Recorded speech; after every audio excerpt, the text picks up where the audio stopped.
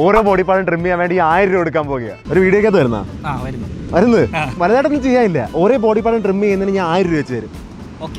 Okay. ട്രിമ്മറൊക്കെ പുതിയതാ. Bombay shaving കമ്പനിയുടെ 11-in-1 full body ട്രിമ്മറാ. അപ്പൊ രോമൊക്കെ ഉണ്ടെങ്കിൽ സെറ്റ് ആവാനെ കുറെ പൈസ ഉണ്ടാക്കാം. ഉണ്ടോ? അത് കുറച്ച് ഏറെ ഉണ്ട്. ഇത് ഫസ്റ്റ് ട്രിം ചെയ്യണ്ട.